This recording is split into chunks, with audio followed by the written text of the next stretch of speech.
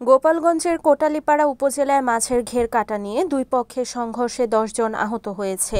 আহতদের কোটালীপাড়া উপজেলা স্বাস্থ্য কেন্দ্র সহ বিভিন্ন ক্লিনিকে ভর্তি করা হয়েছে। আজ শুক্রবার উপজেলার বর্ষাপাড়া গ্রামে এই সংঘর্ষের ঘটনা ঘটে। জানা গেছে, বর্ষাপাড়া গ্রামের মকসুদ ফকিরের সাথে একই বংশের ইব্রাহিম ফকিরের দীর্ঘদিন ধরে বংশের প্রভাব বিস্তার করা নিয়ে বিরোধ চলে আসছিল।